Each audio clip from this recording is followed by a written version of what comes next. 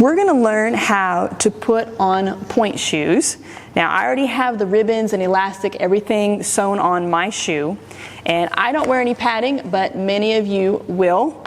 And I'm going to tuck my strings inside, and I'm going to put my shoe on. When you put pointe shoes on for the first time, there's not a right or a left. And then after you wear them a couple times, you'll get a feel for, oh, I like this shoe on my right foot, or I like this shoe better on my left foot. So when you first put them on, there's not a right or a left, and then you'll get figured out. And then when you figure it out, you're going to mark the bottom of your pointe shoe with an R for right and L for left. Also put your initials on the bottom. That's a good thing. So when you tie a pointe shoe, you're going to start with the inside ribbon first, all right? This is the outside, this is the inside. So you do one ribbon at a time, and we do it around our ankle. We don't do it up our leg, we do it around our ankle. So I'm going to start with the inside ribbon first. So I'm going to take this ribbon, and I'm going to have my knee up. I don't want my knee flat just yet. I'm going to have my knee up, and I'm going to go around 2 times with the inside ribbon. I'm going to go around, and I'm going to pull it to the inside.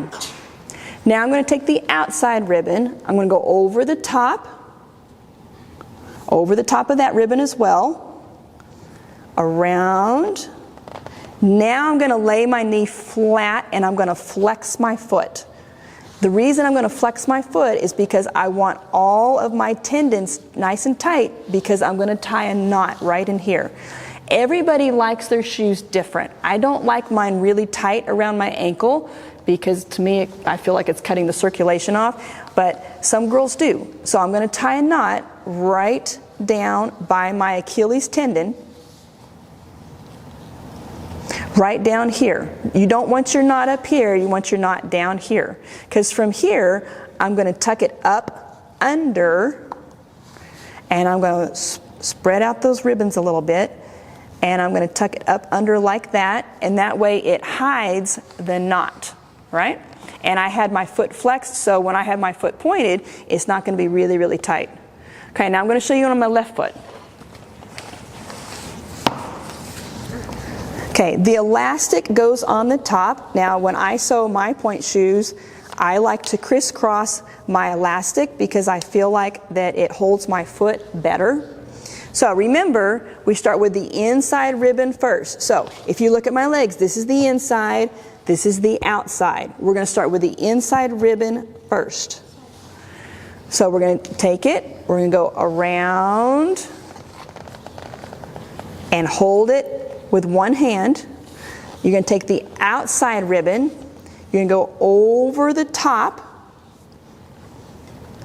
pull it in. So now I have both ribbons pulled inside. I'm going to flex my foot, open my knee up, so I can tie a knot.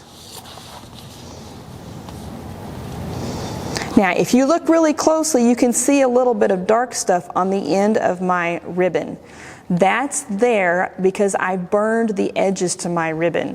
If you don't burn the edges, they're going to start fraying, and then they just fray all the way up. So you don't want that. Once you figure out which shoe you want on your right foot and which shoe you want on your left foot, then you can actually cut the ribbons where they're just about this size, right? Because you know this is your left foot, and you know you have a letter L on the bottom of your shoe, so you know this shoe always goes on this foot.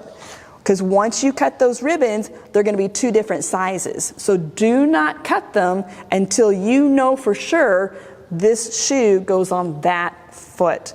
And you know for sure that you know how to tie your ribbons correctly, because once those ribbons are cut, you can't fix them again. All right, once you cut them, then you can burn the edges, and then you tuck them up under, spread your ribbon out, and there you go. All right?